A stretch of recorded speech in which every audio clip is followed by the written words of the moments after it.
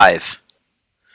We've been talking for the past like 20 plus minutes, and I've never bothered to push this little Mm, streamy button, so I figured that this would be as good of a time as any. yeah, it is. Oh man. Before we go and talk about the fitness thing, Yeah. I have a very very important question.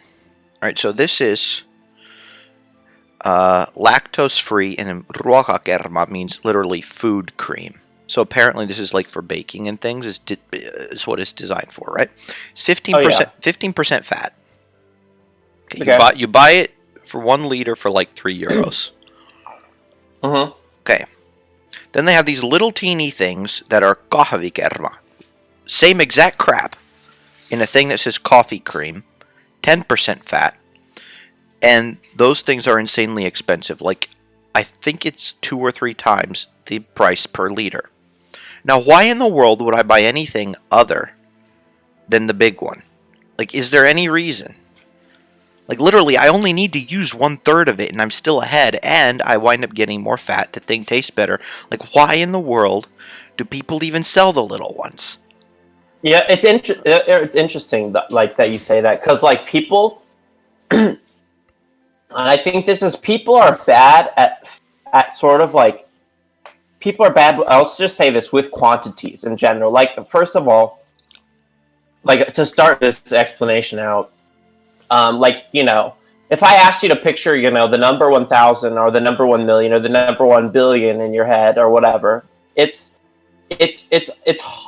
it becomes difficult with larger quantities to easily represent them, at least, or at least have a concrete sense. Like when I look at the sky or when I look at a beach, I'm like, that's probably at least this much sand, I mean, like, if you think about what 1 milliliter is, okay, so this is 1 liter. So you think of Mhm. this as 1,000. This is 1,000 milliliters. So take 10 of these on one axis, 10 of these the other axis, and 10 of these going up. That Right. would be 1 million milliliters. So then Yes. go and do 10 of those big, huge, gigantic blocks. And then you Hmm. get what is Yeah, 1 and billion that's what I milliliters, have and to so do. on. I have. Yeah, yeah. So that's what I have to At do least as that's what well. I Is do. like, That's what I do if I have a cream yeah, container exactly. next to me. Right, yeah, exactly. That's what I like. I'll make like a cube or something, and then I'll just put. But it's like a representation. It's a representation to model it easily. It's hard for me to look at this. I can't look at a bunch of sand on the beach and be like, well, this is about this much sand. That's gonna be like, it's just gonna Well, I be mean, hard for me to do. let's just say though that you had a general figure for how many grains of sand are in 1 liter. Well, then you could do pretty much Yeah. anything that you want from that point. Okay, that's true. So yes, but you would have to have and also like but like a lot of people like it.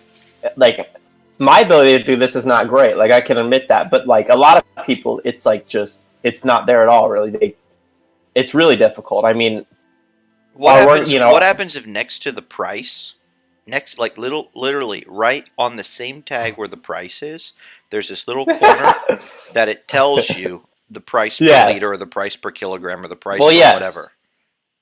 That's I look at that as well. But my thing is people. My point about people being bad with quantities and bad people are also not so great in general with timing and time. Like it's hard for people to know how much time has passed, how much you know how okay, how long how long have we been talking? Like if I'm talking with you, it's going to be difficult for me to tell that depending on how much of a flow state we're in, what's etc. And so then people, figuring out how much quantity they need over time becomes kind of, it has to be kind of heuristical. Like often, it's hard for me to know. Okay, like for me, I'll have to, do a little math. Well, I'm probably gonna, like I bought, 60, five. I bought 5 dozen eggs yesterday for $3.30. Oh, awesome! So, so I was like, yeah, I'm gonna pay 5.5 cents an egg. Yes, and and so yeah, like I was like, this is good. People look at a box. Most people will look at a box of eggs like that and be like, I don't need that. That's too many. And if people like buying quantities that look like enough for like how much they need. Like, oh, I like going to, I like going to use, I'll go to I don't buy any Starbucks, but let's say like I go to Starbucks and I want a specific size of coffee and I want this and I want that. And the more you there you go. And the more the more you go to these, the more like particulars you put on, like more little constraints. Okay, well, I want a medium size because that's like not too, kind of like the more you try to find that like Goldilocks zone of like, okay, I want this much sugar, this much of that, etc. The more like kind of expense happens. Like when you buy in bulk, you're getting, but here's the thing with buying in bulk and why people are like I think why people don't do it when it should pretty much like it seems to always be like a good thing to do. Like unless you're if you're afraid it's going to go bad and you're not going to use it by then that's a situation where you don't buy in bulk. But in general, if you're going to be using this and you're going to be using it again, and especially something that isn't so perishable, it makes sense to just buy more. But people, again, they're bad with quantity and they're bad with time, so they don't realize that. Like it seems wasteful for them to buy more because it's okay. Well, that's more. Not only is that more than I need right now, but that's more expensive than the one I'm buying now. But they're not looking at the price per quantity because it is actually cheaper. My 5 dozen eggs is cheaper than one thing, but like but the value you get out of like it's like not even comparable really. Like I'm getting so much value for each egg and for my money. Yeah, and more it's importantly, even to the point if a quarter of them go bad, you're still ahead. Yeah, exactly. Like it's ridiculous, and so yeah, like people will just not like they'll buy just enough for them at the time, and that if I want this much coffee, I'm not gonna. Let's say I just go, I buy like. So let's say I drink. Let's say I drink coffee every day, and let's say it's like, well, I drink exactly this much coffee each day. I could make do a French press and buy coffee grounds from the store and then store it in my fridge and stuff, and have my or I could just go to Starbucks and get the right exact size that I want. I want this size and I want this exact type of coffee, and let's say they're equal, like. Let's say they're not even going to be inflating the price, like, as they would with the name brand. Like, let's just say you're going for, just your perfect size. If you do that every day, you're going to be losing money. Like, you just will. Mm-hmm. And people do it. I see people who buy coffee out every day. They buy, like, Starbucks. Like, it's on, it's usually some girl, I don't know. Whatever, I'm not. So some chick buying Starbucks with 2 pumps of the honey nut crunch. Yeah, whatever. Yes, it's just some basic white girl stuff. Probably not crunch, but right. But yeah, exactly. I don't even know what their sauce. I don't even know what their sauce is. Sauces. No, right. They're and it's syrups. That's what you call that stuff. I don't know what their syrups are. No, yeah, I have no idea. But yeah, when you go to these, when you go somewhere just to get exactly what you want for that. For a short period of time, you waste money, basically, inevitably. Like, it just seems to be like it. But if the convenience is really worth it for you, I mean, obviously go for it. But the fact of the matter is, most likely it's not. Most likely it's just an impulse buy, or some really horrible habit. Yeah. And yeah. No. But people are bad with quantity and bad with time and bad with quantity over time and not so good at modeling these things and comparing them. And not only that's already to mention Daniel Kahneman, but that's already using system 2 thinking, right? Like trying to estimate and like, okay, let me think about this purchase and not just impulse buy what seems to be the right amount for me now.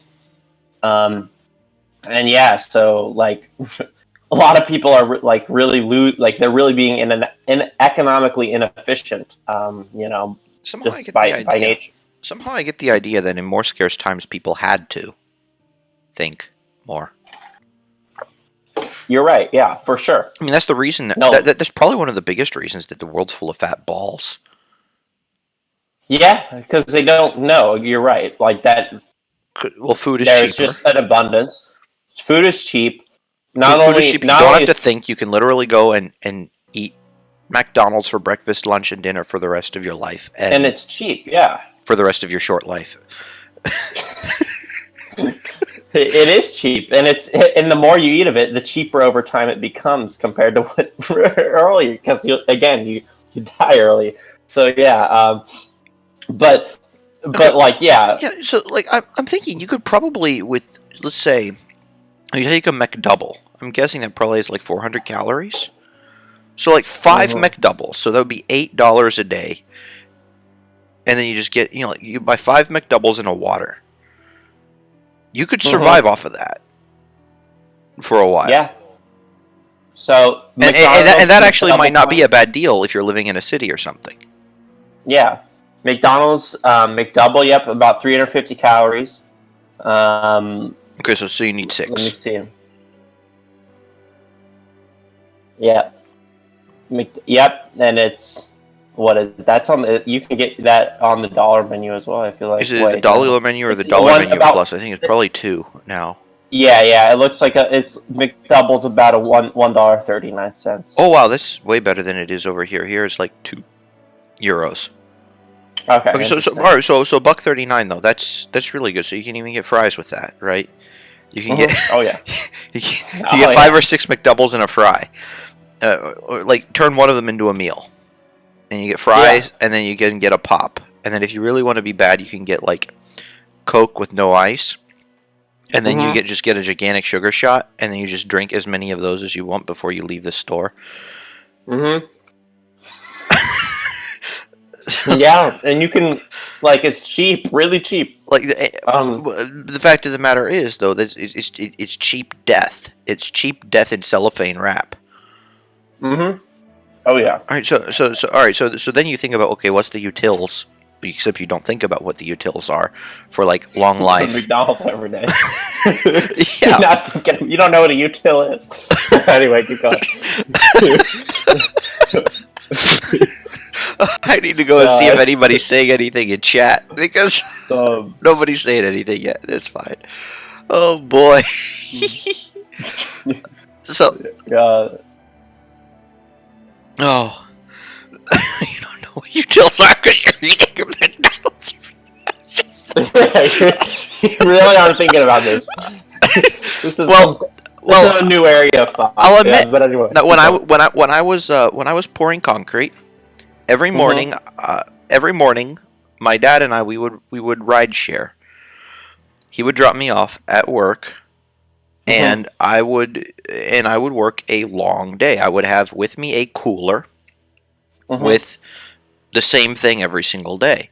But every single day on our way to work, we wound up getting a sausage McGriddle with cheese. It was literally nothing but the McGriddle patties, sausage, and cheese. mhm. And both of us were fine because it was only that. That was the only thing that we got in the morning, and then we got a cup of water. Right? And then for lunch, I Right, would have healthy stuff. and that's good for like an energy. Like that has a lot of calories packed and a lot of like I think that was like energy and 200, like cook. like that was like 300 calories. Mhm. And I was actually using it in pouring concrete. Like you don't. Right. I wouldn't even eat the Yeah, whole for thing sure. in the morning. I would just take a couple bites, leave it there, and then about getting to the job site right before the concrete truck was about to arrive. Then I just go and cram the rest down my throat. And Right. Yeah.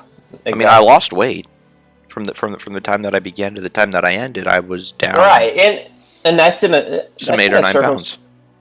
that's in a circumstance where like it makes sense. Like it's like okay, well I need I'm doing this early in the morning. It's convenient. I'm buying one. Hey, I'm drinking water with it. Okay, Yeah, I'm doing heavy work. Like I'm going to be using these calories. Like there's yeah, that was tons. yeah, that worked. But then again, I didn't Yeah, eat crap for the rest of the day too. I ate right.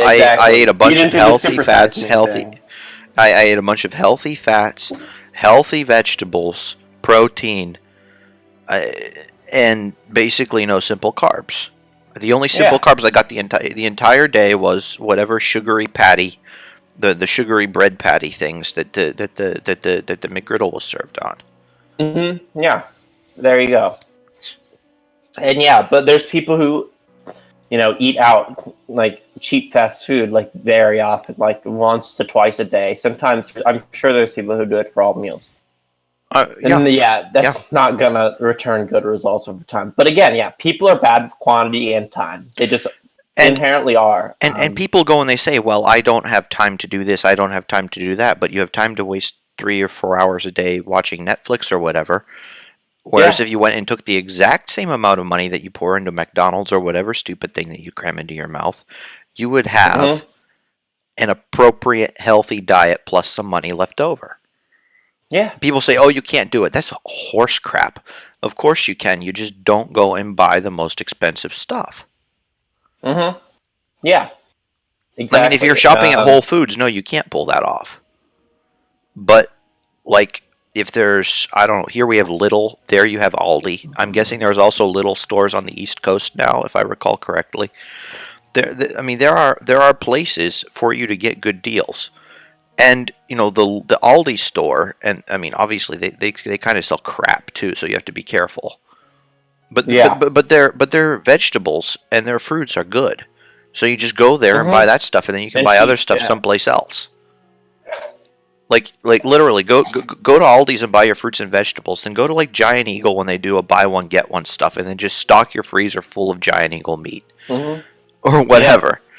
Yeah. Exactly. Yeah, you can save so much by just getting in bulk, storing it well, and then pay as you go. Then pay as you go. Look at what it would cost you. Look at what it would cost you if you were to go and buy this one thing that you just made for yourself.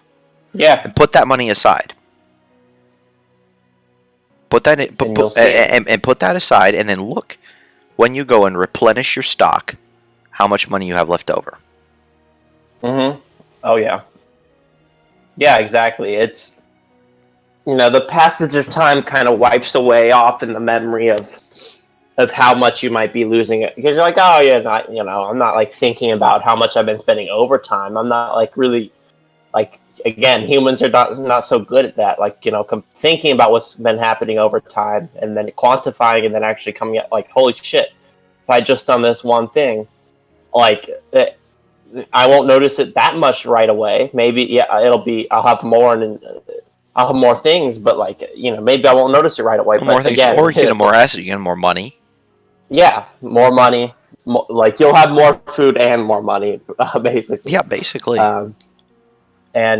Or less food, because you're going to realize that, hey, somewhere along the line you're going to realize, hey, maybe I didn't actually need the 12-pack of Twinkies and the 24-pack of Mountain Dew and the 24-pack of beer and all the rest of the other stuff that, one would consume on a daily basis or whatever.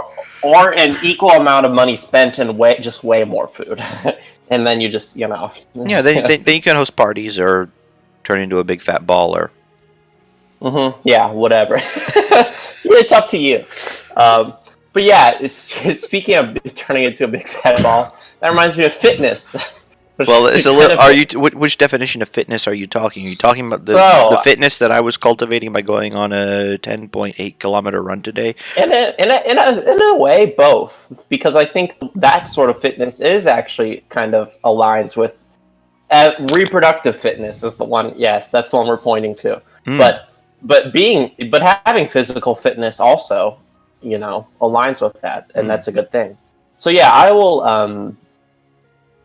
Basically, this is one of my recent core answers. I'll just read through it and talk about it, because I think this is like actually extremely important stuff. And like if you keep this in mind, I think like it just will. Like, your understanding of people will just be bolstered so much, because like it's not some complicated thing really. But yes, anyway. So the question was, what is your one prediction about people that is never wrong? So like that's a pretty so first of all, that's a pretty strong question, right? Never wrong. And again, like I have, here, I'm going to pop this into the chat. Okay. Pop this into the chat for you. this is not a specific prediction more than it is a predictive lens, because it's kind of boring. Like a specific prediction would be boring to me to just relay, like, oh, if he's male, he's going to have a dick, or something like that. I don't know. Like, yes, I could predict, I don't know. Like, you can, there's some like very stupid things that you can predict that'll be true. It's like, oh, if his name's David, his name starts in a D. I know that because all the people who are like, yes, it's kind of in and of itself sort of things you can predict. Okay, I made good money making those sorts of predictions at one point. When I was 16 years old, I bet people that I had graduated from college. Exactly. They're like, no. No, you did it. You're like, okay. 20 bucks says I did. And you go dig up my... Yeah, here you go. Exactly. Yeah, if you find people willing to engage in those sorts of bets, do it. That's like really a good idea. But yeah, but anyway, so here we go. So I said I want to preface this by saying that I want to preface this by saying that I'm not saying this prediction, or in this case, predictive lens, is infallible, just that I haven't found or thought of an exception as of yet. Maybe it's rationalization, but I'll let that be up to the reader to decide. Reproductive success and survival dictate... Reproductive sex. Yes. Sex. There's a Freudian slip. Reproductive success and survival dictate nearly, if not every part of a person's experience in life, with these instincts being tempered by evolution. Think about it. We were once single-cell organisms, and all the changes from this starting point have been made in part of evolution in order to increase our survivability and chances of passing on our seed. So, any mutation that shifts the mean, right? Like any mutation that it's deemed as favorable. So then, people with that mutation tend to survive, and over time, it takes over. And then that mutation is the norm because it seems right. And then that continues and continues. And we're where we are today, through this process. I said, this is a pretty strong claim, and I'm not the sort of person who goes about making such claims lightly. I'm known for excessively qualifying my statements to account for contingencies and exceptions, as in most situations they abound. I will make no such qualification here. So, feelings. Why do certain things make us respond emotionally, and why do we experience these particular emotions? I'll start with an easy one, envy. When we see someone who is quantifiably more fit for survival or more attractive than us, we tend to react negatively. It's because if that person who is better looking, smarter, stronger, or whatever, as long as they're in your environment, stands for a decrease in the amount of control you have over said environment, and commensurately, survivability.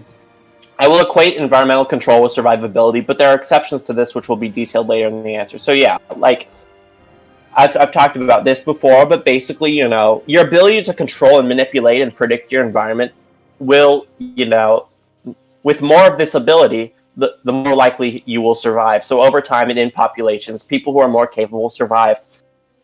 More of them survive, and more of them pass on their seed, because that's just how that's how our interaction with the environment works. And so environmental control then.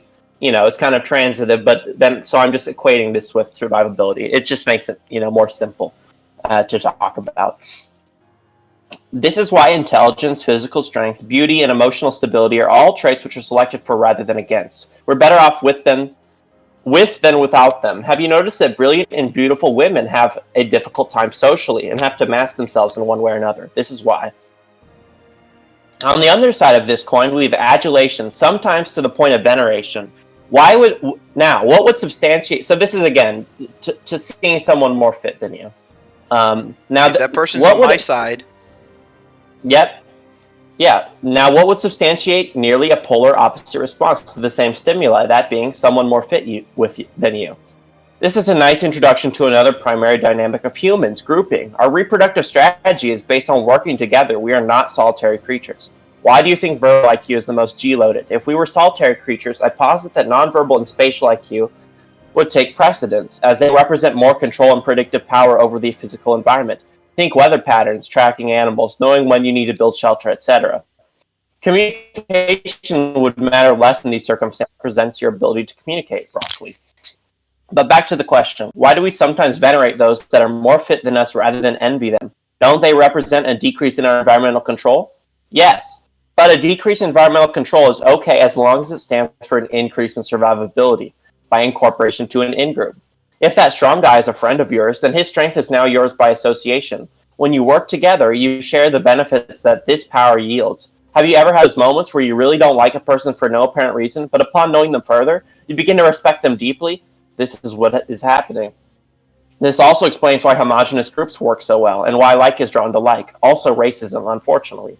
It's really easy to imagine that guy who came from the same town, within the same social class, of the same intelligence, attractiveness, fitness, religion, what have you, has your best interests in mind. His best interests and values are more likely to align with yours because you share so many similarities. 2 is better than 1, right?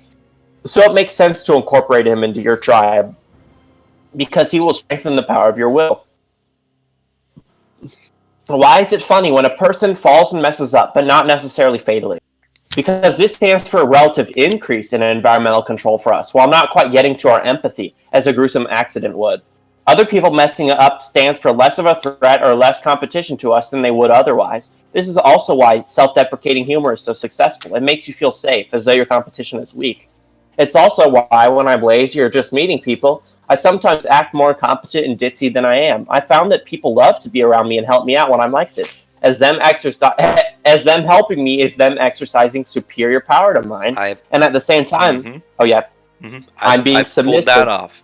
I pulled that off when I was in college. That was my go-to. Oh yeah, it's really good. It works. At the same time, I'm being submissive and accepting them as my leader. I didn't want to do all the pedantic crap in college, like forms, etc. And I was part of the honors college, so I knew that these kids loved being able to know the answer and do something better than someone else. It's a substantial part of many top students' egos. I acted extremely clueless and lost, and girls helped me do everything. They did all the forms for me, cleaned my room and folded my clothes, made food for me, helped me get my books. And the thing is, this was all voluntary. I didn't ask them to do any of it. They just decided that it seemed right because I'd put on this air of confusion.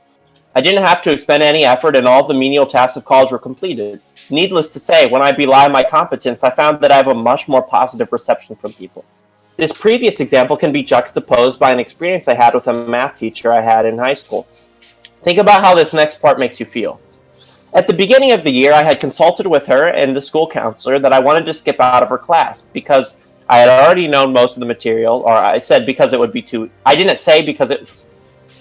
What I said to the counselor is that I already understood this material mostly, most of it. There were some things I didn't know that I learned in class, but for the most part, I had a good grasp of it, and right off the bat, I could answer the questions and stuff. So I was like, okay, there's no real point in me, staying in this class. Because I say in my answer on Quora, I just say because it would be easy for me. That's the succinct reason. I didn't say that, because it would come across to a teacher if you're like, yeah, your class is going to be easy. I don't want to take it. That's going to come across negatively, I could tell. So I didn't say that, but in my answer, to be succinct, I say that. Well, you broke it down to its essential component. Right, yeah, exactly. Think about how this... Okay. And I said, because, I'd already done this stuff, and I could teach my... She objected, and no matter my ACT score, my request to take the final in front of her, etc., she simply said that she didn't like students skipping out. But I'm not someone who likes to take no for an answer. I'm stubborn. So we continued talking, and she and the counselor ended up calling me extremely arrogant and said that they wouldn't let me skip out. So I'm in her class, and I understand and can answer the questions much faster than any of the rest of the class or her. She often asks me to explain my thinking, which neither her or the class would possibly be able to follow, much less replicate, and this just flummoxed and frustrated her further. She ended up trying to ascribe different explanations to translate what I was saying, all of which were wrong. You just guessed, and then you checked your answers. Yes, especially the one that I hated most, guess and check. No, I don't guess and check. I inductively reason and pick the right answer. I wouldn't guess the wrong answer, as I can tell it's wrong before that thought would ever cross my mind. And no, I don't do it step by step, rather all at once. So you pigeonholing me into guess and check, but really fast, is simply misguided. Making me parse out my thinking is actually making the description inaccurate, as when I'm thinking, I'm not doing that. Throughout the year, time and time again, I realized that upon introduction to concepts, I had a much stronger grasp of the math than she did after 25 years of teaching. There was a moment in class where what I said literally made her gawk or go slack-jawed, stare at me for a minute and a half, and then sit down to gather herself. It was one of the most awkward and uncomfortable experiences of my high school career. She had no idea how I went about thinking, and this fundamental difference between us created friction and segregated me from the rest of the class. I was now a part of the out-group. Now, to get a bit more meta, reflect on how my passage thus far has made you feel. I bet there are some readers who didn't like the story about my experience in math class, and felt as if it were bragging. Maybe it left a bad taste in your mouth. Keep in mind that my language was emotionally neutral throughout, and I was simply relating facts and experiences, and not implying anything necessarily. This repulsion is because someone talking about competence or skill, intelligence, attractiveness, wealth, etc. is generally not comfortable, even when they are doing so to make a point and not to boast. We don't like when people are successful and can do things we can't. It stands for less environmental control, or at least it reminds us of such. This is why people who are skilled are supposed to be humble to preserve others' egos, and why a good leader does such. A good leader needs to be competent, but shouldn't address this competence explicitly or even implicitly in certain situations, as it will make people reject him or her. It's the same reason why the teacher and counselor called me arrogant, even though I neutrally relayed what I could do and why I wanted to skip out of her class. It's why there is so much backlash for gifted programs, but none for special ed. All of the aforementioned explains a bit more, so I'll briefly cover a few more phenomena. Oh, a lot more, not a bit more. People don't like aging after a certain point. Less control. Not all aspects, but physical and mental decline isn't fun for anyone. Empathy makes others feel good, as though they have your... Again, this is just... Think of this as like kind women of a don't like list. getting older than 28, and men prefer being like right in their late 40s, early 50s. Yep. Not all aspects, but physical and mental decline isn't fun for anyone. Empathy makes others feel good, as though you have... And again, this is like a bulleted list, not necessarily all conjoined. Empathy makes others feel good, as though you have their best interest in mind. So again, by being empathetic, people can imagine that you're coming from a similar place to them. It's lube on the passage to the in-group. People hate to be wrong. Yeah, that's a weird way to say it, but yeah. People hate to be wrong and admit their mistakes, as it means they didn't have as much control as they thought. Cognitive dissonance acts as a negative feedback loop, and is one of the primary ways we experience these dynamics. It helps us deal with the negative feelings our status monkey turns up, and more importantly, improve to be more competitive. So yeah, there's cognitive dissonance, right? That negative feeling you get when, something internal is not, your internal idea of how the world should be, with you, or how you should be, whatever, your ideal self, is not matching up with how it actually is. Like, I'm this strong dude. Like, I'm so strong, and like, no one can be. I'm like one of the strongest men in the world. And then you go to the gym and you can only bench press the bar. Like, it's kind of like thinking that your mind turns up when that sort of thing happens. Your mind is like, hey, like, that doesn't make sense. Like, why is that? Like, hey, maybe you aren't the strongest. Like, it sends negative feedback. And so that person who thinks they're the strongest person in the world, to respond to that, they could either rationalize away and be like, no, which is the negative way to deal with dissonance, by the way. Or they could change. They could say, okay, well, if maybe I'm not the strongest person in the world now, but maybe I could work to be that person. And in that way you improve and you become more fit because, your ideals often, are whatever. You'll be more, I'm not going to go through the whole train of thought, but, improving and being, becoming more capable will improve your reproductive success and fitness. Hey, guess what? Guess what? Your dad just added me on Facebook. Oh my god. Awesome. Yeah. Awesome. That's a good sign. Okay. Okay, so yeah. It helps us deal with the negative feel. Okay. Congruent world experience. Okay, it's why complaining with others feels so good. Congruent world experience represents proximity or inclusion to the in-group. It's why mirroring is such a powerful psychological concept. Regardless, I implore the reader to try this lens out whenever someone does something that doesn't make sense to them or seems unfair. I think it will provide some clarity. So yeah, this is like pretty important stuff to think about. And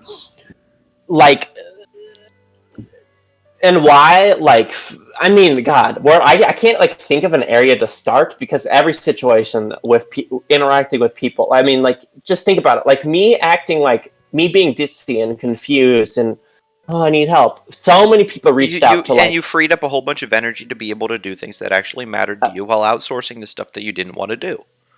Exactly. And making so people feel good for helping you, even though you didn't need a single iota of it.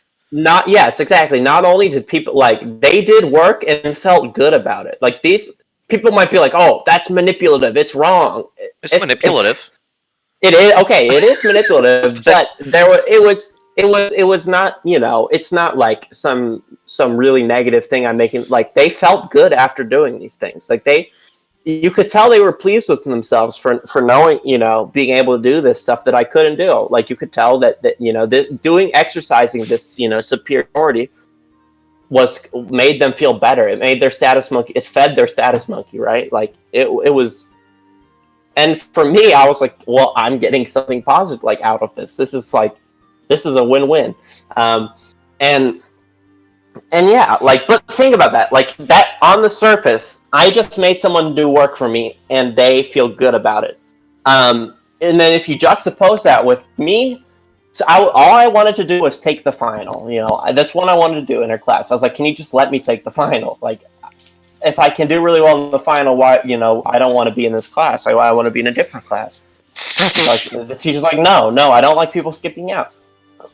And I think that, you know, you'll miss information, you'll miss content, etc. And there was nothing I would have missed. There was nothing. The few things that were new in the class to me, because there was, you know, a fair bit of information I'd never seen before. But the thing is, most of them made sense on the surface. Like, right upon introduction to the concept, you're like, oh, that's how that is.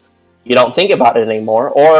And if necessary, you can just, like, peruse through the syllabus.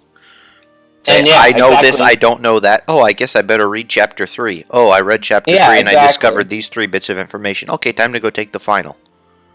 Exactly. And yeah, so that's, like, there was no, I didn't see myself needing to spend all that time in the class. And she, you know, she called her and the counselor, like, I was just like, oh, I don't, like, see the point. Like, I think I don't want to do this.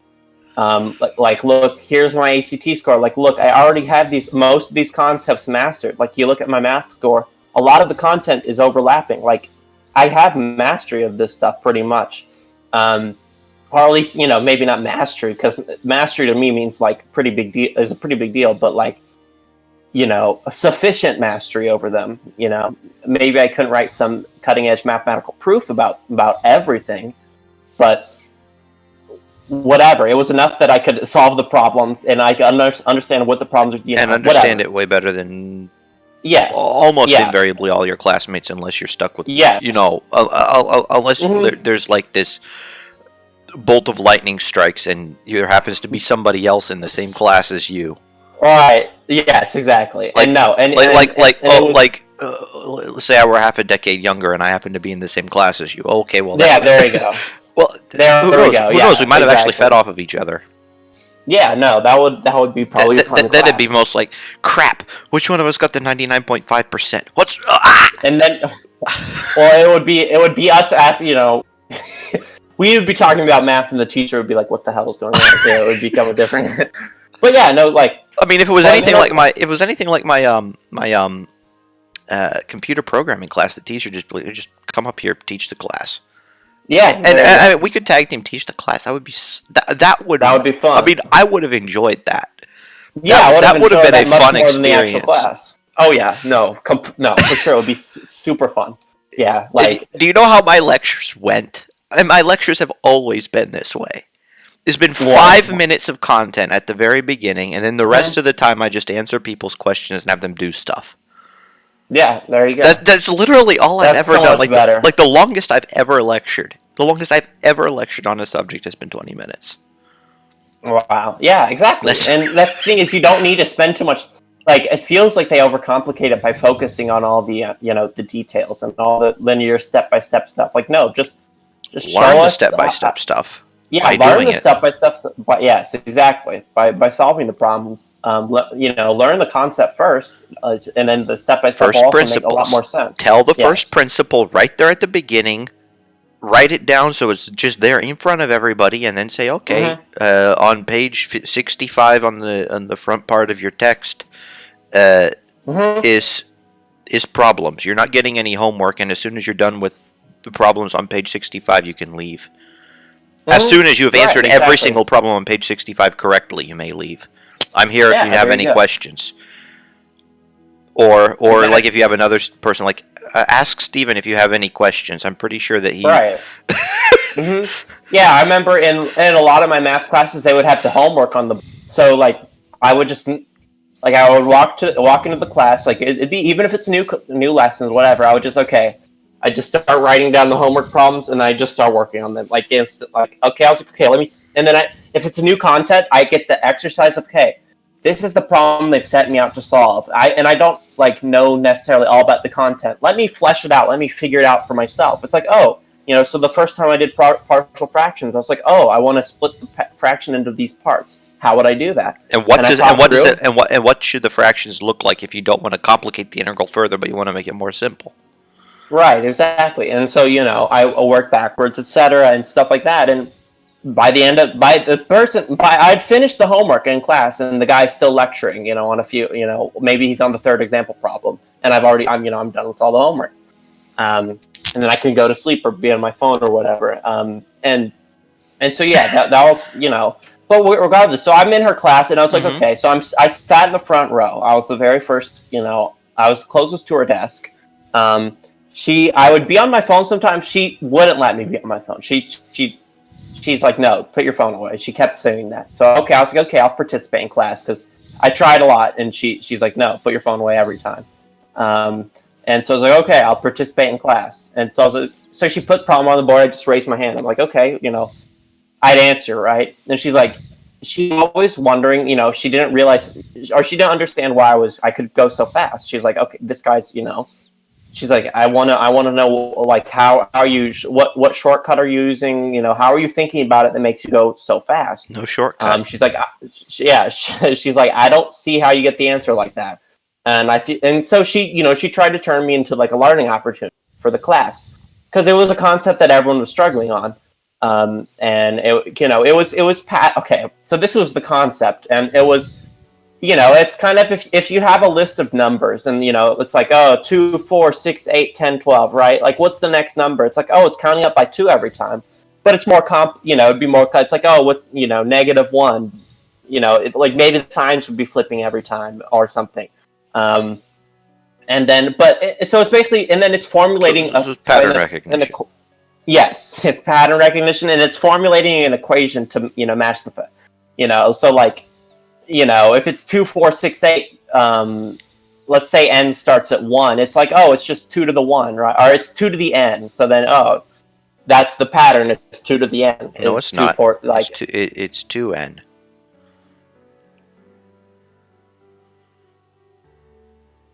Is it? Yeah. 2, 4, 6, 8. 2, 4, 8, 6. Yeah. Okay. It is. 4, 120. It is 2n. Yeah, I apologize, but yeah. So yeah, regardless, it's 2. It's 2n in that circumstance, and then another one where it'd be 2.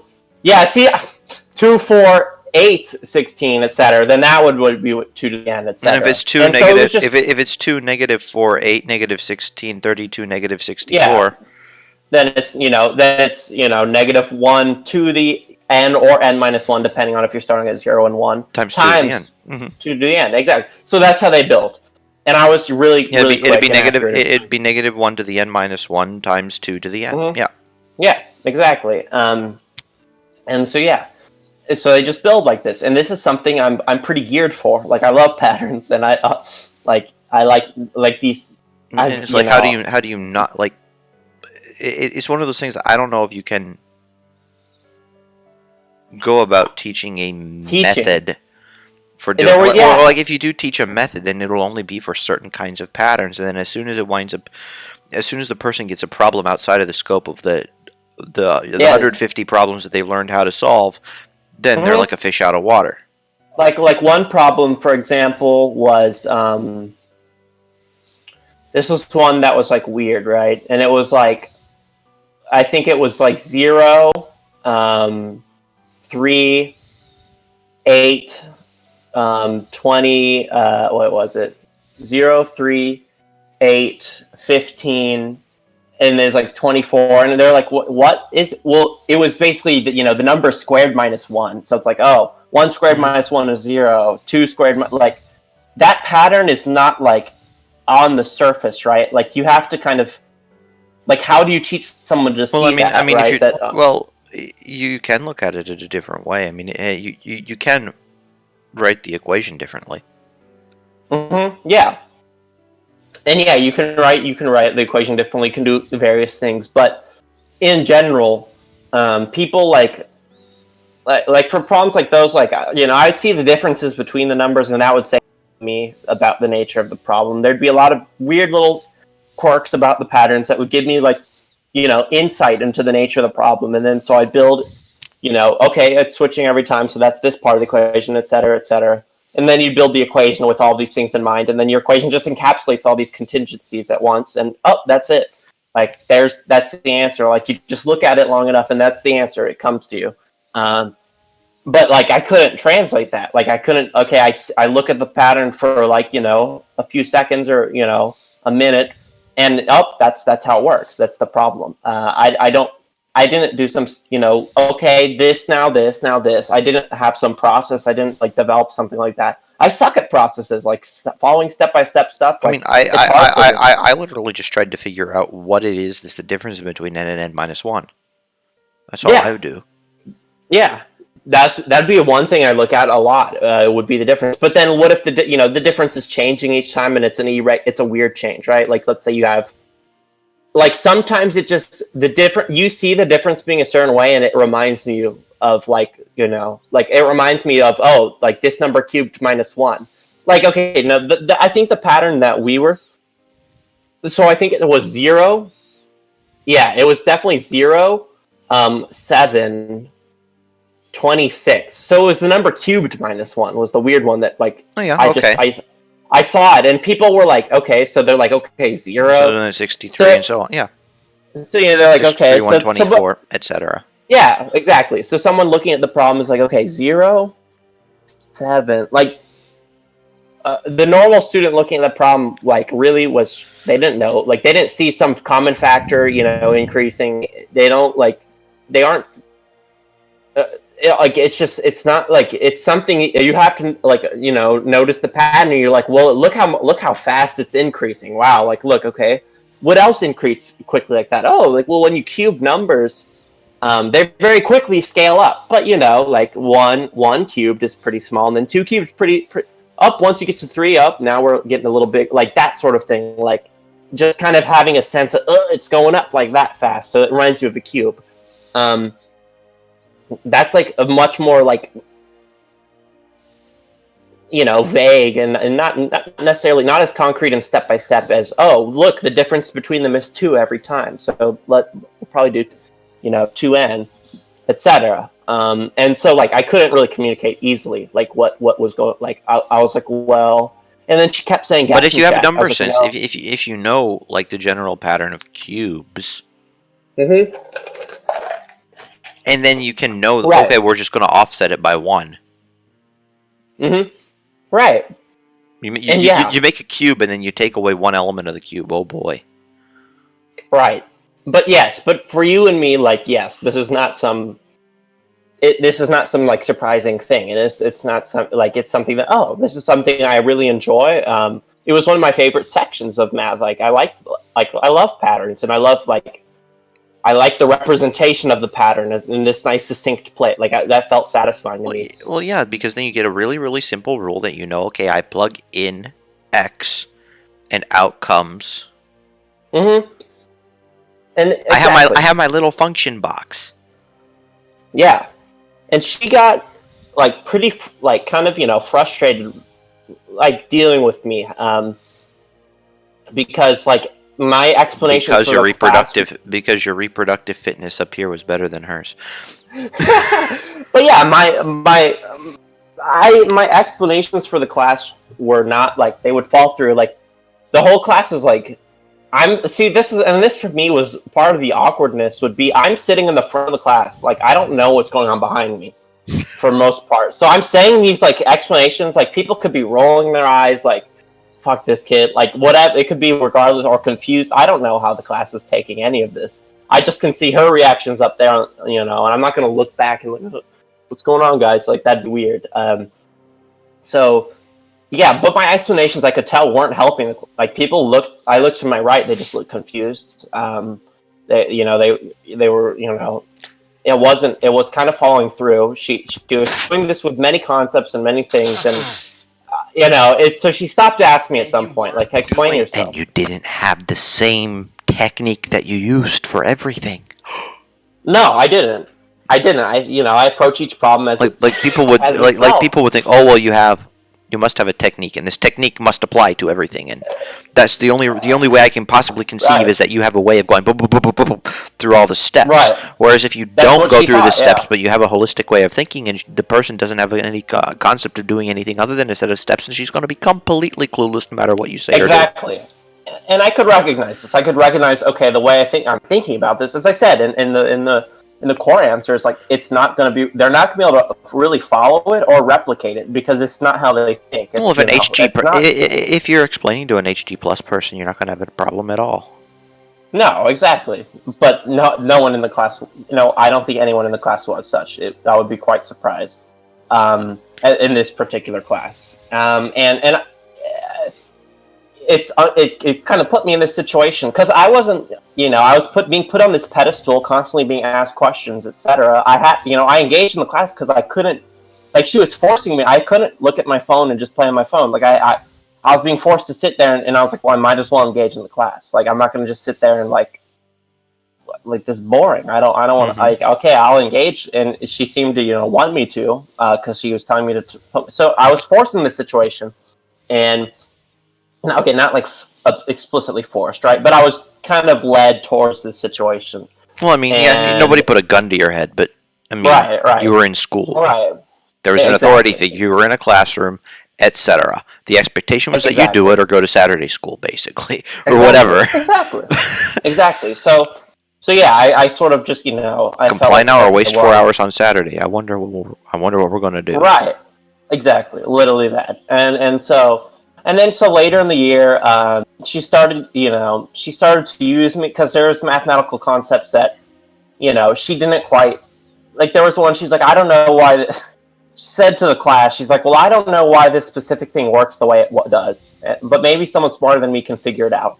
And so she, like, eventually, this is, like, towards the very end of the year, like, she had been kind of combating with me the whole time. She eventually, like, seemed to, she's like, okay, like, I'm not gonna, you know, like, I respect her for this. I don't respect her in total because, like, it really, like, annoyed me that I was kind of stifled and forced to be in this class.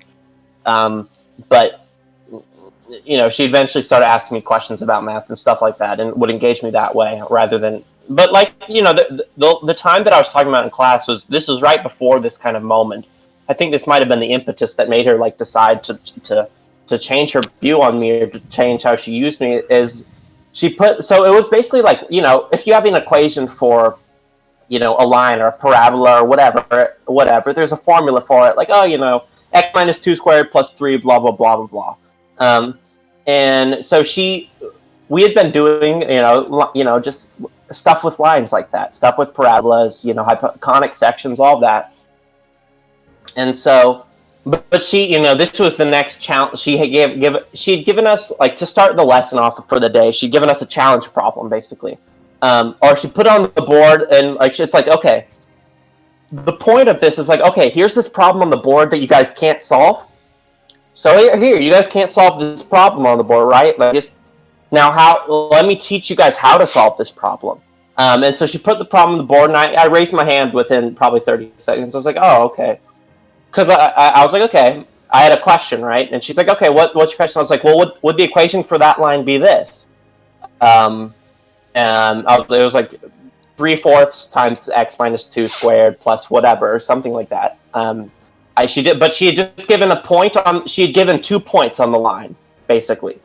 She's like, oh, here's the point, this. What's the equation for the line, right? Or for the whatever. It was a parabola in this case. And I just raised my hand very quickly. I was like, this is the equation for it. And she's like, this is the most, like, extreme, like, teachers, like, she couldn't hide, like, she was just shocked completely, like, it took her by wayside. She stood up in front of the class. The whole like lesson got derailed. She just stood there, like, she looked at the board. I remember, like, this look of it. She, like, looked at the board, looked at the problem, looked at me, like, was completely, like, for like about a minute and a half, I'd say, if I had to estimate. 1 minute to 2 minutes, though, like, more tentatively, but like a significant period of time. Sits down in her desk, like, just sits there, like, and then she's like gets up again. And it's like, how? She's like, that's like basically all she says is like, how?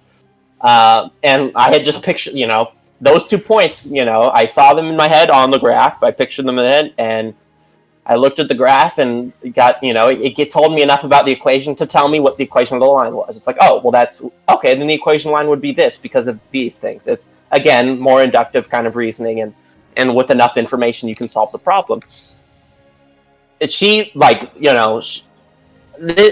was not something like this was. I was part of the out group here completely, right? Like, this authority figure is not knowing what the hell is going on with me. I have no idea what the rest of the class is thinking about this. Like, I have no, like, the teacher's like kind of like losing her shit up here in front of the class, and I'm just going about things normal. Like, this is just okay. I'm going about things how I would go about them. I'm not like doing anything spectacular or anything. What I did was not like, it's not anything like, it's not some like Fields medal type thing. It's not even some math competition sort of problem stuff. Like, it's just okay. Here's how I go about solving this problem that we all know how to solve. Like, she knew how to solve the problem. There was no way she was going to be able to think it in that same way. Thomas West related and a similar experience with, he was in a statistics class, and the professor put a Bayesian statistics like challenge problem and on the board, for the class, and people could get extra credit from it by working with the professor to find the answer. So the whole class was going to work, I guess. As I understand it, was going to work as a group to like solve the problem with the professor. And then Thomas was like, well, within a minute, I raised my hand, and he's like, so the professor thought he had a question. He's like, hey, what's your question? And he's like, oh, it's the answer this. It's like, well, we do have questions. Is the answer this? And the professor's like, well, we'll see. Like, apparently, like, Thomas was like, okay. The professor was like, we'll see. Like, was pretty incredulous of what Thomas had said, because he had done some mental rotations, and the answer had fallen out basically from that. Mm-hmm. So at the end of the class, 15 people working together, with for like 45 minutes later with the professor, their whole group, they came to an answer, checked in the back of the manual, and Thomason's answer was right. And he said, yeah, well, the professor kind of, defaulted to an ego defense mechanism, basically, and was like, but treated him differently, basically, after you become a part of the out group with these sorts of moments. And this is becoming part of the out group very naturally, because like, it's just, that guy makes no sense. You are a threat at that point. At the point where people can't any longer know what's going on inside your head, you become a potential threat, and it's better to screen out potential threats than to get blindsided. And especially when you recognize that they're thinking in a different way than you, and it doesn't make sense, but it's also a powerful way of thinking. That's like, and they see you're right. This person gets to the right conclusions. Well, then you can't just go and discount this person as a crazy, right? Exactly. Or like you have to ostracize him, because this person can't be trusted. That's at least so goes the thinking. Exactly. And yeah, again, like, if some random guy on the street is like, oh, 1 + 1 is 20, or like says something stupid, right? Something crazy. I don't understand. Like, I don't understand why someone would say such a thing. I don't get the way they're thinking. They're a potential threat, but not in the sense. It's like, okay, I probably want to avoid this guy because he's probably accident prone, probably like, this person's just a threat to himself and the people around him because by nature of being incompetent. But when someone's a threat to you by nature of competence that you can't understand, it sends up much more powerful warning signals than, oh, well, let's just sit Jimmy over here in the corner and we'll let him work on, coloring or something. Like, it's either that person who doesn't understand I mean, then all that happens is you wind up having, 20 years later, Jimmy's going to be working on a farm throwing rocks in random Yes, directions. throwing rocks at Matt, yeah. But And yeah, I mean, that's exactly. at least an easy thing to deal with, relatively speaking. Right. But it's easy to understand. You're like, well, they just don't understand things, and that's why these things are happening. But when it's like, I don't know what the hell's going on in this kid's brain, and like, and again, like, I didn't kill it. It doesn't belong. I did exactly. I didn't give off the vibes of some student like who had been, I wasn't the student who's like studiously answering everything and being very methodical. And I had these like I drilled some method in my head so I could just spit out the answer really quickly because I was just a study hard. Like I was quite obviously wanting to be on my phone, wanting to sleep. Like I didn't want to engage in the class, and I was not that student who was expending extreme amounts of effort. And she, so she couldn't. There was no place for her to rationalize what was going on. It was just a threat, and it was really awkward. It felt like it was an awful experience in high school, like that, sitting through that sort of thing. Many people would be like, "Oh, it's so cool, it's so cool to be able to do something that other people don't understand." Like, it's not so cool. It's actually like dangerous for yourself and that's why good leaders, as I said in my answer, you better believe like a lot of many of the leaders, etc., from history, etc., are extremely capable. In fact, leaders are generally capable people, but they're not supposed to be super explicit about this. They're supposed to kind of lead through actions, not with words, right? Their results are supposed to show that they understand things. They're not supposed to address that. And then you give credit to your whole team. Exactly, and then give yes. This wasn't about me. I just have the best. Yes, the best team. And the fact of the matter is, they can go and take a bunch of poop heads and make a best team out of a bunch of poop heads. Exactly, because I've noticed that with Little League football coaches. Like there was one particular Little League football coach in the town I grew up in that could take any group of only 11 boys. I mean, you had to have 11 to play, right? But right. And he would make sure that everybody on the entire team, regardless of whether by weight they were allowed to be in a particular position or not, knew how to play that position. So anybody could play any position at any time and had the entire playbook memorized, and they were unstoppable. Yeah, there you go. And it was it was not because the people were the teammates were anything special. The teammates were never anything special. The coach just knew how to properly teach somebody how to do something, and happened to be coaching football. Yeah. Exactly. If he were coaching ice hockey and knew the ins and outs of ice hockey, he would have the exact same kind of a thing. If he were teaching people how to get into medical school, if he were teaching people how to get an ACT, that person would be doing equally well. And guess what? He's a freaking CEO. He better. And there you go. Exactly. It's like, okay. Yeah, that's a perfect example.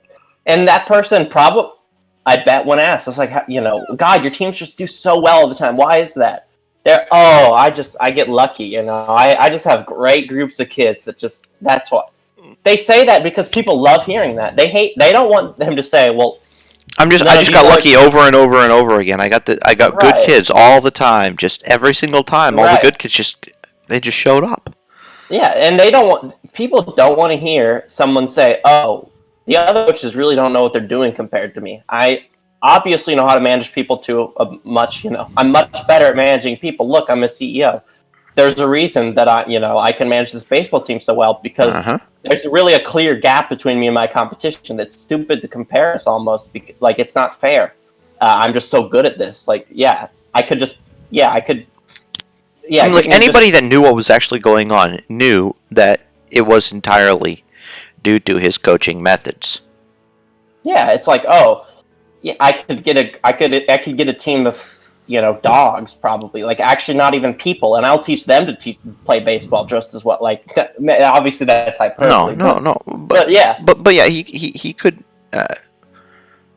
He could, he was able to he was capable of pulling that off. Yeah. And he also invested a bit of his own time and money into the team. Like he bought, like in addition to just like cones and pylons, he bought blocking dummies, and there's just gigantic beanbag punching bag kind of a thing for block practice, and that's literally all he had. Yeah, and then exactly like cones, blocking dummies, a big huge bag, and then a few footballs. Yeah. So what do you really need? Drinks. Yeah, and he had and he had a bunch of bottles of water that he would bring to the. But yeah, practicing exactly. games. But what you'll see, and this guy's obviously a good leader, right? He's a CEO. Mm-hmm. He's the head of these all these successful teams, and but for him, we can imagine, like, we don't even have to point to some explicit situation. If he objectively, if he just not, and I'm saying objective, like he wasn't like talking bad about the other coaches. If he just neutrally said, "Well, I'm just much better at managing people," that would be a truthful statement, and he would make enemies. It would be truthful. It wouldn't be emotionally loaded, and he would make enemies. And that's if you do, and it's this tight balancing act, right? Like, because you want to show people that you're competent, and you want to show people that you're competent. I'm sorry. There's just one other element, because I know what you're going to say, but there's one other element that needs to be discussed besides the ones that you're going to say. All right. Okay. And I know what Steven's going to say just because I'm so competent. No. I know what Steven's going to say because I know what Steven's going to say, because I know what he's thinking about. Yep. And now I completely lost track of the entire conversation. Okay, so balancing act, type balancing act. You want people to know. And at the same time, well, but you don't want to get too capable, right? Yeah. You want to be capable enough to be desirable, and then you want to. The thing I was thinking about was assuaging. Like, part of the capability in and of itself is assuaging feelings. Yeah, oh yeah. And that also is a balancing act. Like, and this was the element I was going to talk about, is that, people like to have this self-deprecation, people, or at least at bare minimum, like to be able to have plausible deniability that it was all due to skill. Mm-hmm. And so, there's this art to blowing smoke up people's asses. And I mean, I guess you could call it a science, but it is really an art to blowing smoke up people's asses. You need to blow enough for them to think that it's believable, but you can't go and downplay yourself too much either. You can't go and downplay because then they'll think, wait a minute, when it finally becomes apparent that you are competent, when you accidentally. It just shows up. Then people will think, was he really blowing smoke up our asses? And then you become an enemy again. Oh yeah, exactly. And because you can't blow too hard, right? You can't just Mount Vesuvius on them or something like. Because if you're like, I can't read, like, if Matt's, I didn't graduate preschool, I can't even read. Like, don't, if he acts like downplays everything to the extreme, and then and then he's, it's like you graduated college already, though. It's like, that doesn't make sense. That doesn't. I did graduate preschool. I am a preschool dropout. That's just the truth. Exactly. So, like, if you said those things, then they're like, wait, but you graduated college, and you did it while you were young. It doesn't add up. You're saying you can't read, like that. This is lying, obviously. Like, they'll figure it out that you were just blowing smoke, and you have to be subtle. You have to be subtle about it. For me, it's easy. I'm an ADHD guy, and I'm not so good with details. It doesn't mean I can't do some sort of detailed task or plan any. Like, it's not like but I can lean on and be like, oh God, like all these deadlines and these dates all these details, all this stuff is just forms, these forms. Oh God, I just suck. I hate these forms and stuff. I just suck at this. No, I can relative to be your like other that. abilities, yes, you do suck. Yes, exactly. And relative to my yes, but I'm not like someone But on who's an dangerous. absolute scale, no. You're not an No, incompetent bozo. no, exactly. So yeah, But people, status monkeys, will love to latch onto the idea that there is an incompetent they bozo here because that would they love obviously it. improve my status.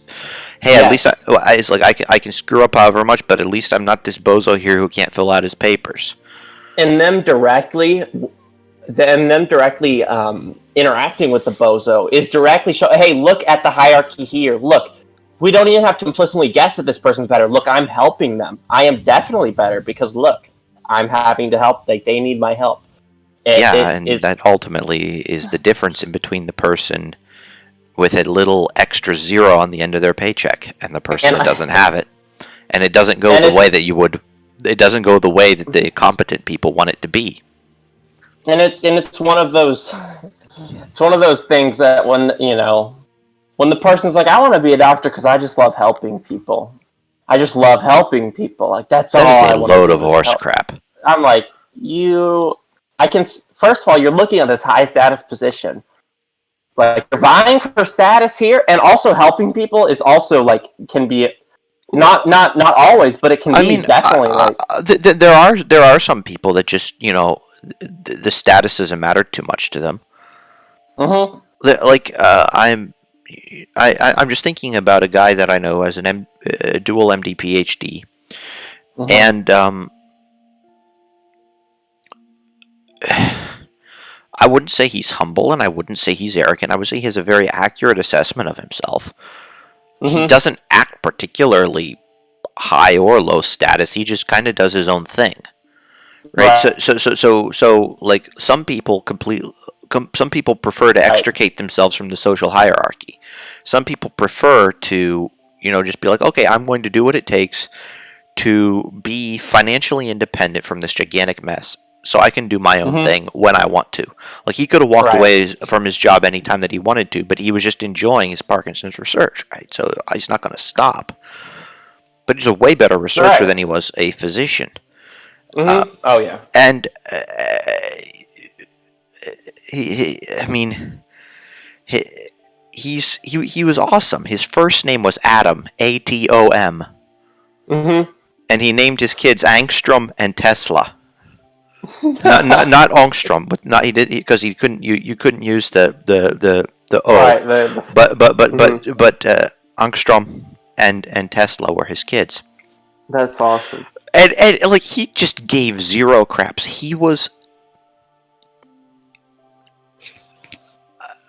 He was amazing. I am just Yeah, he, he sounds wonderful. it was but if you want to talk about objectively speaking, he could have had whatever kind of high status he wanted, but Mm-hmm, he did his thing. right, exactly. So there are those kinds of people, and I do find that in the upper echelons of status, where people don't really have to worry about their status monkey getting assaulted by anybody that's actually worth anything. They have the freedom to be free. It kind of feeds on itself. Right, for sure. And yeah, like, but regardless, you see people who are looking for these high status positions for they want to prove Well, something they're and they just want to help clamoring. people to prove something. They're Yeah. clamoring, but I think that there's a lovely picture. Like, the pyramid on the back of the dollar bill, the one that everybody says, "Oh, Illuminati."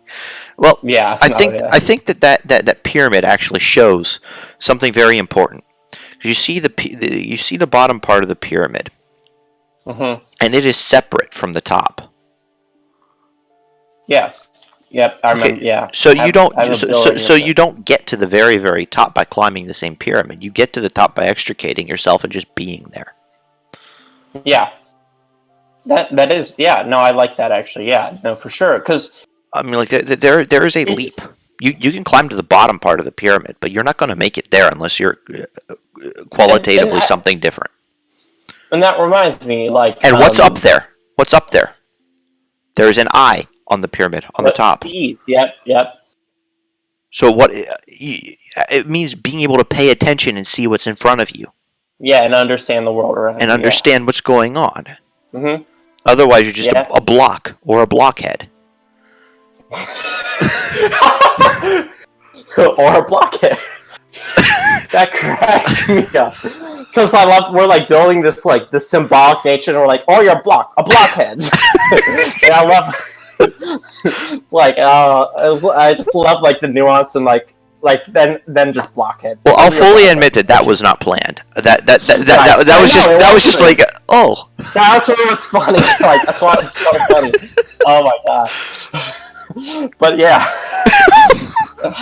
I'm just imagining some like English professor. He's talking about like all these literary devices and how they should be like, and he's using all these wonderful symbolic like language and like analogies and stuff. And you're a blockhead, and it just comes out like very because they're just in their presentation. Oh god, holy shit. That's funny. But regardless, yeah, like, and that remind like. I mean, just think about those people who want something so bad, like they're vying for it, like they're really clamoring, like as we said, like they're trying to like those people.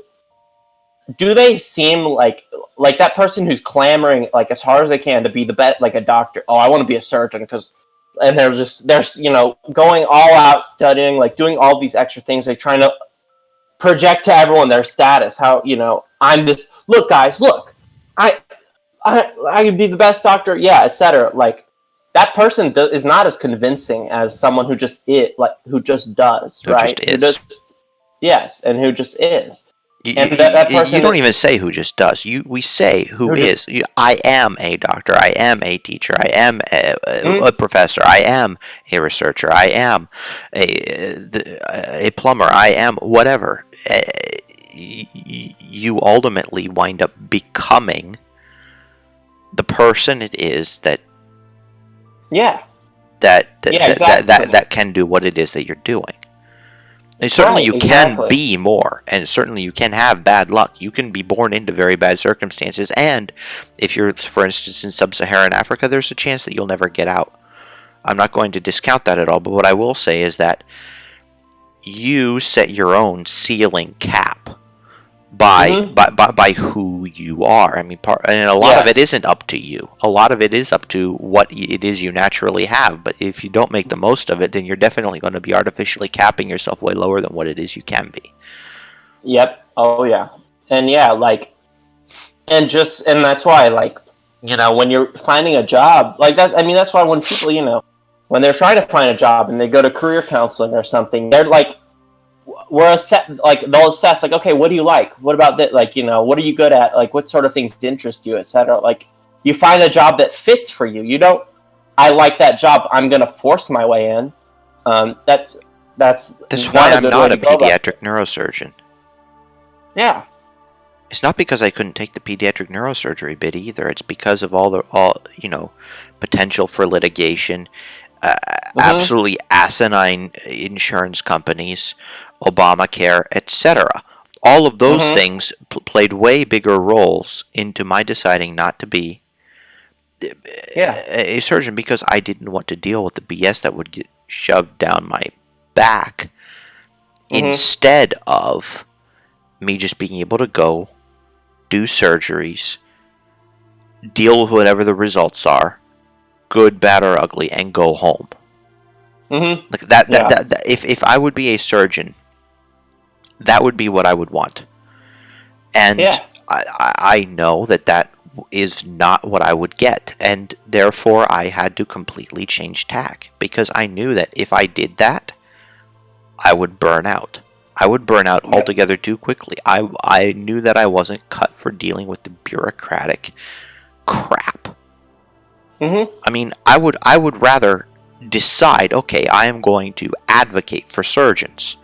I am going to go and appear before the legislature and tell people to dig their heads out of their butts. And I would sooner do that than try to burn the candle at both ends and perform surgeries and try to do that and not be able to focus on the surgery because I'm too busy thinking about the paperwork, or not be able to think about how to make the situation better because I'm too busy thinking about my patients. I knew that I wouldn't be able to spread myself thin in that regard because I would care too much about both aspects, and so I would need to pick one.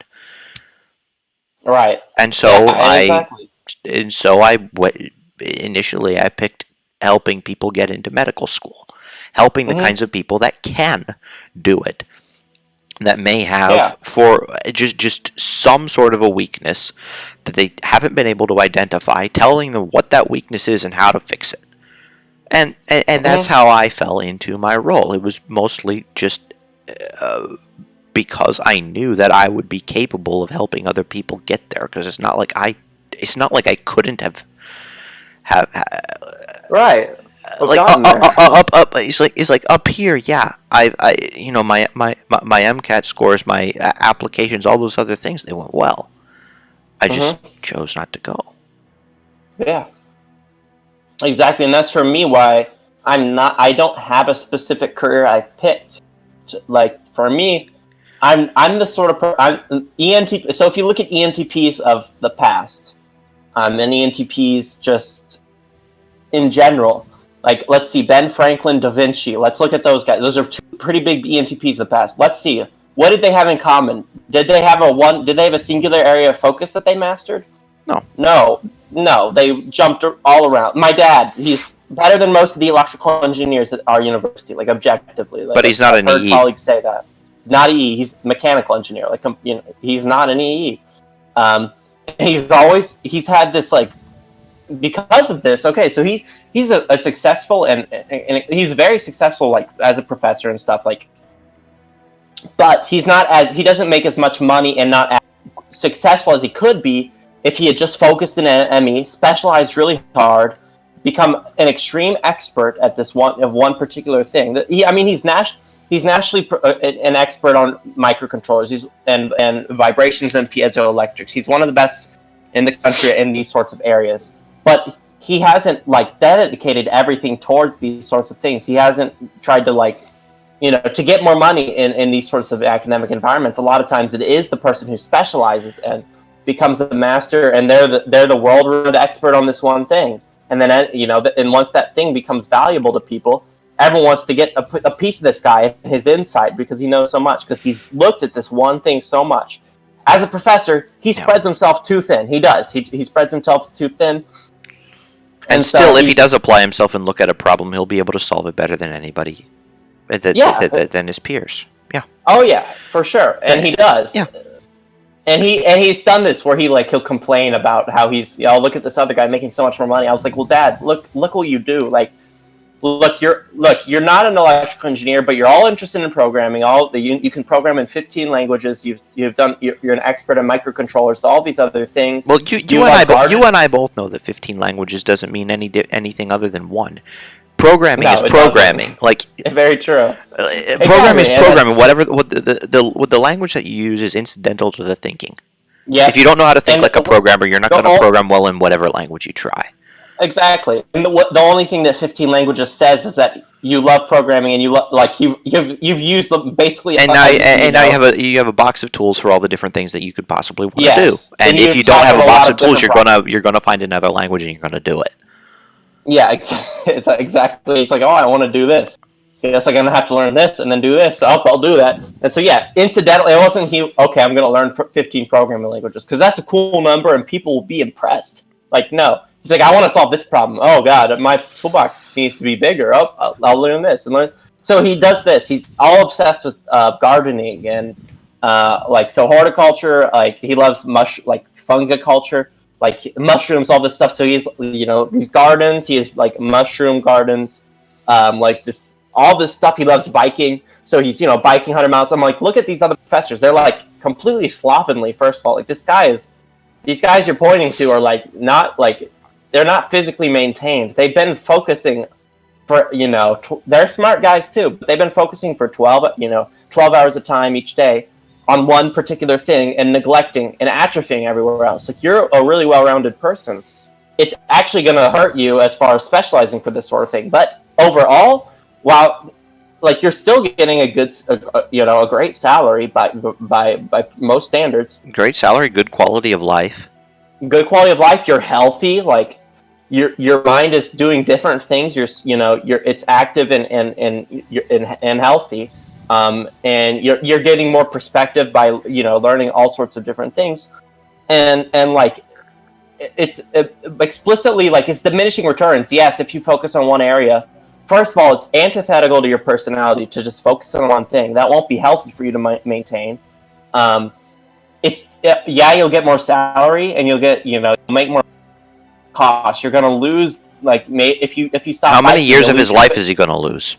Exactly. Yeah, you could literally say it like that. If you don't bike enough, if you don't maintain your health. If you think about utils, how much do you value your life?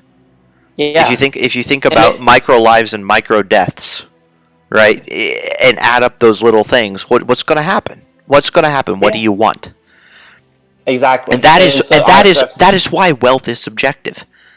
I know that was just a quantum leap from one thing to another, but that is why wealth is subjective. No worries. That is why wealth is subjective. Yeah. Because no two people value the same thing exactly the same. Exactly. So, and the worst is people who don't find their own values. They just pick the values that are culturally around them, and they don't really sit to reflect. Oh, is this something I want to do? It's like, oh, my parents think this is good, so I should be doing it. Then they're going to spend the rest of their lives being miserable. Miserable. I mean, they might as well be poor, even if they have, an income of 8 or 9 figures a year. Mm-hmm. It's not like they're going to even know what to do with it at that point because they're because they've completely taken a dump down their own neck.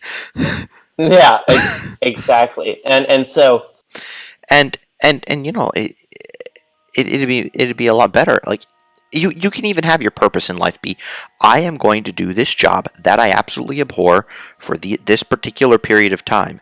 And I'm going to invest in all these other things that require a certain amount of money that I can only get by doing this job because this is commensurate with my skill set. But I have the hope of the light at the end of the tunnel. I have the hope of all my other plans going through. And people can live with that. And people do live with that. In fact, that's what my dad did. I mean, my dad loves programming and so on, so he can still do it. But the fact of the matter is, it's not like his main interest, right? Well, it is his main interest, but programming other people's projects isn't. Programming his his projects is, and so being able to have the ability to walk away from one's job is important to him.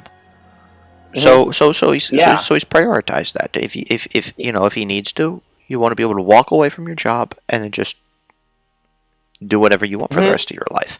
And for me, my since I'm like, okay, I'm gonna skip around. Like, I feel like I'm interested in too many different things. I don't want to tie myself. I want to give myself enough. Basically, I don't want to super specialize in one thing and become the ultimate master at that one thing. That just doesn't fancy. Like, I'll get bored of that one thing, and then it's gonna suck for me. Instead, I'm going to just try to objectively increase my opportunities. Like, okay, if I'm good at these things, then I can get into these jobs. If I'm good at these things, I can get in these jobs. Now, maybe I won't be getting into the most, maybe I won't be the CEO of the company and getting billions of dollars or whatever. If I had, maybe if I had focused on something and that was my passion. But I want to just have the ability to be able to jump from different jobs, like in points in my career, be like, okay, I've had enough of this. I want to try something new now. I want to have that ability to, okay, yeah, I've worked as an actuary for a while now, but like, I want to do some psychological research. There's some questions I want to answer, so I want to be, okay, I'm going to, if that requires me going to grad school for a bit for something completely unrelated to what I've been doing previously, no worries. As long as if that's what's necessary, I'll do it. But I want to have this openness. But if you have an idea of what constitutes a good life, then you can aim for it. If you don't, then you won't be able to. Yeah. I mean, like, there's no guarantee that you're going to have a good life, but if you don't at least have an idea of what to aim for, then you're going to have less of a chance of getting one. Yeah. It's one thing shooting at a target in dim light. But it's another thing shooting at a target that you don't even know where it exists. Yeah, you're like, okay, shoot in dim light and hope you hit a target you don't know. Yeah, it's Yeah, and who knows? You might have a BB gun, and then you actually, just hit a bear, and then, oops. Just, it's like, did I hit the target? You just hear a You just hear a roar. Like, what was that? It's too dim in here, yeah. And you see people get super depressed, and they're like doctors, and they've done exactly what their parents and cultures have told them to do, and they're successful. But here's the thing, right? So let's just say that you go to medical school, get decently good grades, but you wind up being, say, $200,000 in debt.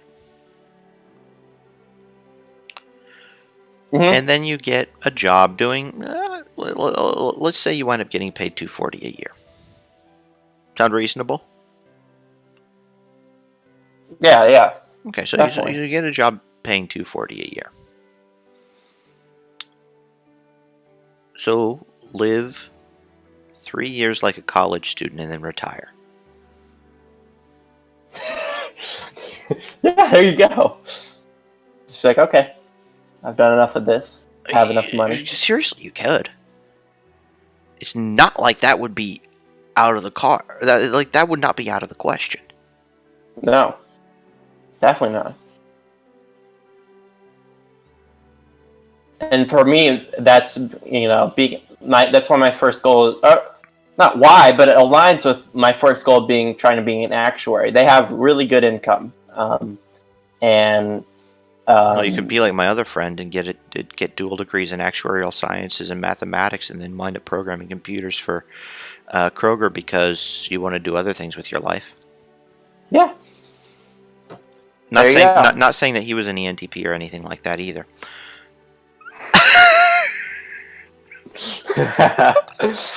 CNTP is more predictable. He was also he was also the second most intelligent person at my place of work. Well, there you go. That says a lot right there. But yeah, like you should know know yourself, know your proclivities, know what you would want, know what things you would like, and sort of inductively figure out what your path. And it doesn't have to be crystal clear. Like, It can be kind of just a direction to go in, because you get more information along going. You go that direction, then more information comes clear, and then that direction becomes a little bit clearer, and maybe it tilts a little bit, and it's like, okay, now more information helps you, and it's just And this guy, he valued freedom. Oh yeah, like it was immediately that, and he went and he did his own thing. I mean, he didn't talk too much to people. I mean, he may have even been an INTP with more extroverted tendencies, but he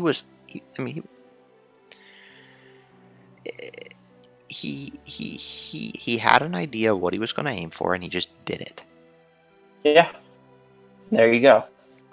And if I look, and that's the thing, is just doing it. Like, if my dad, like, when he'd be a pro cross racer, like, he loved motocross, and he was doing rock climbing and all this other stuff, and and then it's like, okay, he wanted to be a marine biologist then, and he wanted to be a doctor for that.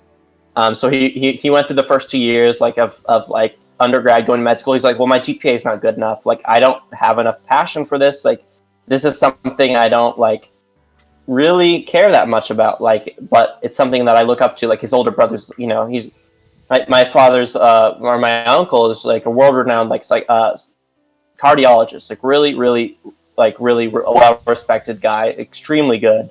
He's 72, still working 12-hour plus days, loves it. Like, he could have been the Surgeon General at some point, but he wanted to keep practicing. He didn't want to give up practicing because he loves it too much. That just matters so much to him. My dad looked up to this guy, right? And he's like, medicine's not for me. Like, I really love wildlife and nature. And my dad probably would have had a more fulfilling job being involved in nature as a marine biologist. That's his first love, is nature and critters, and animals. So we'd go off into the woods walking and see what sort of critters we can catch or look at and see what we can find. That's something it's just super. But a counselor said to him, they're like, you're too good at math. They said, you shouldn't be you're way too good at math and way too good at this to be doing. You should be an engineer." And he likes engineering. And the good thing about being so like multi-interested is he ended up like a lot of the aspects. But there's parts of the job Being an that don't engineer fit him. pays the bills. Yeah, it pays the bills. He gets to do, and that's the thing. And that's the thing that I see engineering doing for him. It's paying the bills so he can do his other hobbies and stuff, and he's into these other things. And that's a completely legitimate. This is a completely legitimate route. I mean, people say do what you love. Well, you can do what you love in your free time, and if you can tolerate your job, or if you can somehow finagle your job to be something a little bit different than what it was that you might have initially thought you were going for, because it fits you better, then go for it. Right, go for it. Yeah, exactly. And that's one thing. Like, my dad will sometimes be too hard on himself because he doesn't see himself as successful as he could be in his job. And it's like, you don't, as successful as you can be does not mean, for you, success is not, in my opinion, for you, success is not being that, like, you know, that guy who's just going all out in his specialized area, getting funding, you know, millions of dollars of funding or whatever. Like, that's not you. Like, you being successful is having all of your areas of interest, being able to pursue them, and pursue them at a depth that is you know, that feels good enough for you, and then, you know, and then having other time to do more, you know, more, having this variety like that for you. And for me, I was like, okay, yeah, it seems like your job, you are successful, like, you know. So he'll sometimes get in, you know, because he, you know, he'll listen to, or he'll take, again, like, he wanted to be a doctor, right? Because he's someone he respected. Like, no one is impervious to these outside influences of what they should be doing, and these ideas of what, you know, what constitutes a successful professor, or what, you know, what someone should be doing. Like, no one is immune to that, and so it's easy to, like, kind of be disillusioned, especially for someone who has, like, very strict parents or strict cultural, like, expectations, to be like, oh, like, God, I'm not a doctor, I'm not successful. Like, no, like, get those thoughts out of your head. To be successful, you need to figure out what fits you, and then pursue that. Like, I don't know. It's, you know, it's something that sometimes is said, and it definitely is said, like, find what fits you, but they don't say it the right, like, find the job that you're passionate about. Like, no, find what you're passionate about. Who cares? Try to fit that into a job if you can. It's pretty convenient if there's some overlap there, because it'll make your job look nicer, right? It'll be better for you. But in the end, try to find some means of pursuing that which fulfills you. Finagle whatever you need to do in order to get what you want. Yep, there you go. That's it. Like, so now this turned into a nice, into probably, like, maybe I'm gonna go change this to best self-help stream in existence. That's what we'll change this to. They were going to say best self-help stream in existence. CSC episode 70. Alright, on that note, it is nearing the top of the hour, so I'm going to thank all of you for tuning in, and we'll then see you again on Monday night, your time, Tuesday morning, my time. Talk to you later. See you guys.